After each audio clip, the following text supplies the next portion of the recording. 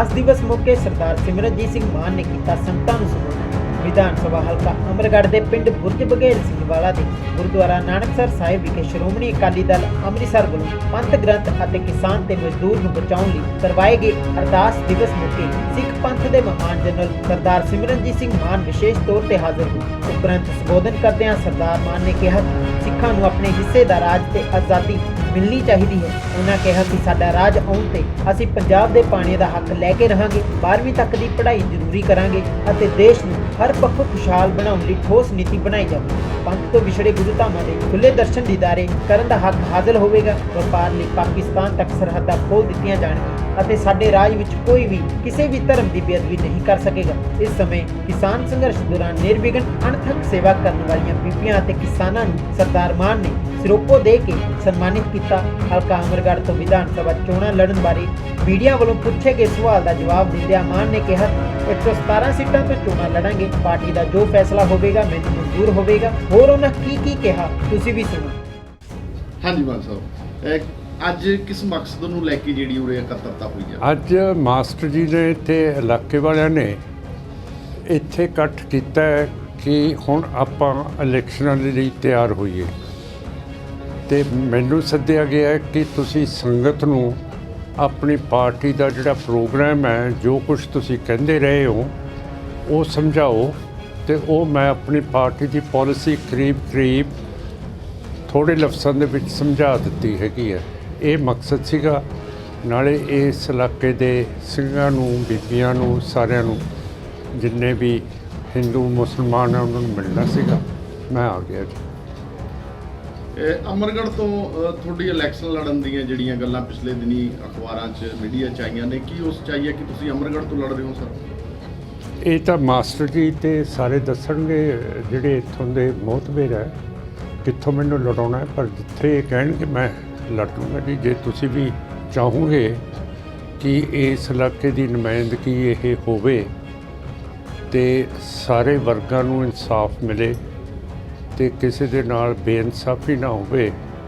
ਸਾਡੀ ਪਾਰਟੀ, ਮੈਂ MP 5 ਸਾਲ ਰਿਹਾ ਤੁਹਾਡਾ ਸੰਗਰੂਰ ਦਾ, ਤੇ ਸਾਰਿਆਂ ਨੂੰ ਮੈਂ ਤੇ ਲੜਾਈ ਨਹੀਂ ਮੈਂ ਹੁਣ ਦਿੱਤੀ 5 ਸਾਲ 'ਚ। ਹੁਣ ਜਿਹੜੀਆਂ ਲੜਾਈਆਂ ਧੜਾਈਆਂ ਇਹ ਗੁੱਟ ਬਣ ਕੇ ਕਰਦੇ ਆ ਸੰਗਰੂਰ 'ਚ, ਮੇਰੇ ਹੁੰਦਿਆਂ 5 ਸਾਲ ਕੋਈ ਲੜਾਈ ਲੜੂਈ ਨਹੀਂ ਹੋਈ। ਨਾ ਮੈਂ ਕਿਸੇ ਨੂੰ ਚੱਕਿਆ, ਨਾ ਮੈਂ ਕਿਸੇ ਨੂੰ ਕਿਹਾ ਕਿ ਲੜ ਲਓ। ਸਾਰਿਆਂ ਨੂੰ ਅਮਨ ਪਸੰਦ ਤਰੀਕੇ ਦੇ ਨਾਲ 5 ਸਾਲ ਰੱਖਿਆ। ਇਹ ਤੁਹਾਡਾ ਐਲਾਨ ਹੈ ਜੱਜ ਵੀ ਅਮਰਗੜ੍ਹ ਤੋਂ ਲੜਾਂਗੇ? ਨਹੀਂ, ਮੇਰਾ ਐਲਾਨ ਨਹੀਂ ਹੈ, ਇਹ ਤਾਂ ਇਹ ਮਾਸਟਰ ਪਾਰਟੀ ਵਾਲੇ ਤਾਂ ਆਪ ਚਾਹੁੰਦੇ ਨੇ। ਹਾਂਜੀ, ਪਾਰਟੀ ਵਾਲੇ ਤਾਂ ਕਹਿੰਦੀ ਨੇ ਤਾਂ। ਹਾਂ, ਫਿਰ ਇਹ ਫੈਸਲਾ ਕਰਨਗੇ, ਫਿਰ ਪਾਰਟੀ ਦੀ ਮੀਟਿੰਗ ਹੋਊਗੀ, ਇਹ ਉੱਥੇ ਐਲਾਨ ਹੋਊਗਾ ਜੀ। ਹਾਂਜੀ ਮਾਨ ਸਾਹਿਬ, ਜੇਕਰ ਤੁਸੀਂ ਅਮਰਗੜ੍ਹ ਤੋਂ ਇਲੈਕਸ਼ਨ ਲੜਦੇ ਹੋ ਤਾਂ ਕਿਹੜੇ ਉਹ ਮੇਨ ਮੁੱਖ ਮੁੱਦੇ ਹੋਣਗੇ ਜਿਨ੍ਹਾਂ ਦੇ ਉੱਤੇ ਫੋਕਸ ਕਰਕੇ ਤੁਸੀਂ ਜਿਹੜੀ ਹੈਗੀ ਹੈ ਚੋਣ ਲੜੋਗੇ? ਇਹ ਮੈਂ ਦੱਸਤਾ ਦਿੱਤਾ ਕਿ ਮੁੱਦੇ ਹੈਗੇ ਆ ਕਿ ਪਾਣੀ ਅਸੀਂ ਸੰਵਿਧਾਨਕ ਤੌਰ ਦੇ ਉੱਤੇ ਸਾਡਾ, ਪਰ ਸਾਡੇ ਚੀਫ ਮਿਨਿਸਟਰ ਨੇ ਥੱਲੇ ਲੱਗ ਕੇ ਸੈਂਟਰ ਤੋਂ ਚੀਜ਼ਾਂ ਲੈ ਕੇ ਇਹ ਪਾਣੀ ਸਾਡੇ ਬਾਹਰ ਦਿੱਤੇ ਹੋਏ ਆ। ਸੰਵਿਧਾਨਕ ਤੌਰ 'ਤੇ ਇੰਟਰਨੈਸ਼ਨਲ ਯੂਰਪੀਅਨ ਕਾਨੂੰਨ ਦੇ ਮੁਤਾਬਕ ਅਸੀਂ ਮੁਖਤਿਆਰੀ ਕਰਾਂਗੇ 3 ਦਰਿਆਵਾਂ ਦੀ, ਰਾਵੀ ਦੀ, ਬਿਆਸ ਤੇ ਸਤਲੁਜ ਦੀ, ਜਿਹੜੇ ਭਰੇ ਹੋਏ ਤੁਹਾਡੀਆਂ ਅੱਖਾਂ 'ਚ ਅੱਥਰੂ ਆ ਜਾਣਗੇ ਜੇ ਤੁਸੀਂ ਇਹ ਇੱਥੇ ਜਿਹੜਾ ਹਰੀਕੇ ਬੰਦ ਹੈ ਉੱਥੇ ਦੇਖੋ 3 ਦਰਿਆਵਾਂ ਦੇ ਪਾਣੀ ਤੇ ਅਸੀਂ ਸੁੱਕੇ ਸਕਾਏ ਹੈਗੇ ਆ। ਅਸੀਂ ਚਾਹੁੰਦੇ ਹਾਂ ਕਿ ਉਹ ਦਰਿਆਵਾਂ ਦੇ ਪਾਣੀ ਹਰੇਕ ਪੈੜੀ ਨੂੰ ਪਾਣੀ ਲਾ ਦੇਣ, ਇਲਾਕਾ ਉੱਤੇ ਹੋਏ ਛੋਟਾ ਹੋਏ ਸਾਰੇ ਪਹੁੰਚ ਜਾਣ। ਇੱਕ ਵਾਰੀ ਸਿੰਚਾਈ ਹੋ ਗਈ ਧਰਤੀ ਦੇ ਵਿੱਚ, ਜਿਹੜਾ ਪਾਣੀ ਖਤਮ ਹੋ ਰਿਹਾ, ਤੁਹਾਡੇ ਤੇ ਇਲਜ਼ਾਮ ਲੱਗ ਰਿਹਾ ਕਿ ਤੁਸੀਂ ਲੋਕ ਝੋਨਾ ਲਾ ਦਿੰਦੇ ਹੋ, ਤੁਸੀਂ ਆਹ ਕਰ ਦਿੰਦੇ ਹੋ, ਇੱਕ ਤਾਂ ਉਹ ਖਤਮ ਹੋਊਗਾ, ਪਾਣੀ ਪੂਰਾ ਭਰ ਜਾਊਗਾ ਥੱਲੇ ਧਰਤੀ ਦੇ ਵਿੱਚ, ਬਿਜਲੀ ਵਾਧੂ ਦੀ ਹੋਊਗੀ। ਜਿੱਦਣ ਤੁਸੀਂ ਇਹ ਕੇਸੀ ਕੁਸੀ ਨਹਾਉਣਾ ਉਦੋਂ ਟਿਊਬਵੈੱਲ ਖੋਲ੍ਹ ਲਿਆ ਕਰੋ ਤੇ ਇਹ ਕੇਸੀ ਜਾਂ ਇਸ਼ਨਾਨ ਕਰ ਲਿਆ ਕਰੋ, ਵੈਸੇ ਇਹ ਟਿਊਬਵੈੱਲ ਦੀ ਲੋੜ ਹੀ ਨਹੀਂ ਪੈਣੀ। ਲਈ ਸੰਘਰਸ਼ ਲੜ ਰਹੀ ਹੈ ਪਰ ਅੱਜ ਵੀ ਬੇਅਦਬੀਆਂ ਰੁਕਣ ਦਾ ਨਾਮ ਨਹੀਂ ਲੈ ਰਹੀਆਂ। ਕੀ ਇਹ ਕਿਉਂ ਕਰਕੇ? ਆਪਣਾ ਰਾਜ ਤਾਂ ਹੈ ਨਹੀਂ, ਰਾਜ ਬਿਨਾਂ ਨਾ ਧਰਮ ਚਲੇ ਹੈ। ਮਹਾਰਾਜ ਕਹਿੰਦੇ ਹੈ ਤੇ ਲਗਾਤਾਰ ਇਹ ਅਜੇ ਤੱਕ ਜਿਹੜੀ ਤਫਤੀਸ਼ਾਂ ਹੋਈਆਂ ਉਹਦੇ ਸਾਫ਼ ਜ਼ਾਹਰ ਹੈ ਕਿ ਬਾਦਲ ਚੀਫ ਮਿਨਿਸਟਰ ਸੀ, ਸੁਖਬੀਰ ਸਿੰਘ ਗ੍ਰਹਿ ਵਜ਼ੀਰ ਸੀਗਾ, ਸੈਣੀ DGP ਸੀ, ਤੇ ਜਿਹੜਾ ਬਾਬਾ ਹੈਗਾ ਰਾਮ ਰਹੀਮ ਸਰਸੇਵਾਲਾ, ਇਹਨਾਂ ਨੇ ਸਾਜ਼ਿਸ਼ ਘਟ ਕੇ ਬਰਗਾੜੀ ਦੇ ਵਿੱਚ ਤੇ ਜਿਹੜਾ ਇਹ ਬੁਰਜ ਹੈ ਉੱਥੇ ਮਹਾਰਾਜ ਦੀਆਂ ਬੇਅਦਬੀਆਂ ਪਾਈਆਂ, ਬਾਈਬਲ ਦੇ ਵਿੱਚ 2 ਸਿੰਘ ਸ਼ਹੀਦ ਕਰਾਤੇ, ਪਰ ਅਜੇ ਤੱਕ ਇਹ ਫੜੇ ਨਹੀਂ ਜਾ ਰਹੇ। ਕਿਉਂ ਕਰਕੇ ਜਿਹੜੀ ਸਟੇਟ ਹੈ ਹਿੰਦੂਤਵਾ ਦੀ, ਇਹ ਇੱਡੀ ਤਕੜੀ ਹੋ ਗਈ ਹੈ ਕਿ ਇਹ ਗੱਲ ਸਿੱਖਾਂ ਦੇ ਅੱਗੇ ਚੱਲਣ ਹੀ ਨਹੀਂ ਦਿੰਦੀ। ਹੁਣ 3 ਜੱਜ ਹੈ ਹਾਈ ਕੋਰਟ ਦੇ ਜੱਜ ਤਾਂ ਇਨਸਾਫ ਦਿੰਦੇ ਆ, ਪਰ ਇੱਕ ਜੱਜ ਹੈਗਾ ਸ਼ੇਖਵਾਤ, ਇੱਕ ਹੈਗਾ ਸਾਗਵਾਨ, ਇੱਕ ਹੈਗਾ ਬਜਾਜ, ਜਿਹੜੇ ਇਸ ਦੀ ਤਫਤੀਸ਼ ਨੂੰ ਅੱਗੇ ਚੱਲਣ ਹੀ ਨਹੀਂ ਦਿੰਦੇ ਹੈਗੇ, ਉੱਥੇ ਰੋਕਾਂ ਲਾਈਆਂ ਹੋਈਆਂ। ਹੁਣ ਇਹ ਜੱਜ ਕਹਿੰਦੇ ਆ ਕਿ ਇਹ ਜਦੋਂ ਸਰਕਾਰ ਚਲੇਗੀ, ਅਗਲੀ ਸਰਕਾਰ ਦੇ ਵਿੱਚ ਤਫਤੀਸ਼ ਹੋ ਸਕਦੀ ਹੈ। ਉਹਨਾਂ ਨੂੰ ਕਿਸ ਨੇ ਦੱਸਿਆ ਹੈ ਕਿ ਤੁਹਾਡੇ ਪਸੰਦ ਦੀ ਸਰਕਾਰ ਆਊਗੀ ਜਿਹੜੀ ਬਾਦਲਾਂ ਨੂੰ ਨਹੀਂ ਫੜੂਗੀ ਜਾਂ ਸੁਖਬੀਰ ਨੂੰ ਨਹੀਂ ਫੜੂਗੀ ਜਾਂ ਰਹੀਮ ਨੂੰ ਨਹੀਂ ਫੜੂਗੀ, ਉਹਨਾਂ ਜੱਜਾਂ ਨੂੰ। ਤੁਸੀਂ ਸਾਰੇ ਅਜੇ ਤੱਕ ਪੂਰੀ ਤਰ੍ਹਾਂ ਜੇ ਪੜ੍ਹਾਈ ਲਿਖਾਈ ਹੋਵੇ ਤਾਂ ਤੁਸੀਂ ਡਰੋ ਨਾ ਇਹ ਅਦਾਲਤ ਤੋਂ। ਇਹ ਡਰਾ ਦਿੰਦੇ ਆ ਕਿ ਇਹਦੇ ਨਾਲ ਮਾਣਹਾਨੀ ਹੋਊਗੀ। ਜਦੋਂ ਬੰਦਾ ਮਾੜੇ ਕੰਮ ਕਰਦਾ ਹੋਵੇ ਤੇ ਫਿਰ ਉਹ ਤੁਹਾਡੇ ਉੱਤੇ ਇਲਜ਼ਾਮ ਨਹੀਂ ਲਾ ਸਕਦਾ ਮਾਣਹਾਨੀ ਦਾ ਤੇ ਕਹੇ ਕਿ ਤੁਸੀਂ ਜੱਜਾਂ ਦੇ ਅੱਗੇ ਪੇਸ਼ ਹੋਵੋ। ਹੁਣ ਜੇ ਜੱਜ ਮੈਨੂੰ ਪੇਸ਼ ਕਰ ਲੈਣਗੇ, ਤੁਹਾਨੂੰ ਕਰ ਦੇਣਗੇ, ਤੁਸੀਂ ਕਹੋ ਕਿ ਤੁਸੀਂ ਕੀਤੀ ਨਹੀਂ ਤਫਤੀਸ਼ ਬੰਦ, ਤੁਸੀਂ ਸਿੱਖਾਂ ਦੇ ਮਸਲਿਆਂ ਦੇ ਵਿੱਚ ਜਾਣ ਕੇ ਦਖਲਅੰਦਾਜ਼ੀ ਕਰਕੇ ਇਹ ਤਫਤੀਸ਼ ਨੂੰ ਮਾਰਤਾ, ਜਿਹਦੇ ਨਾਲ ਸਿੱਖਾਂ ਦੀ ਗੁਰੂ ਮਹਾਰਾਜ ਦੀ ਤਫਤੀਸ਼ ਨਹੀਂ ਹੋ ਗਈ। ਹੁਣ ਨਵਾਂ ਕੱਲ੍ਹ ਦਰਬਾਰ ਸਾਹਿਬ ਅੰਮ੍ਰਿਤਸਰ, ਉੱਥੇ ਬੇਅਦਬੀ ਕਰ ਦਿੱਤੀ।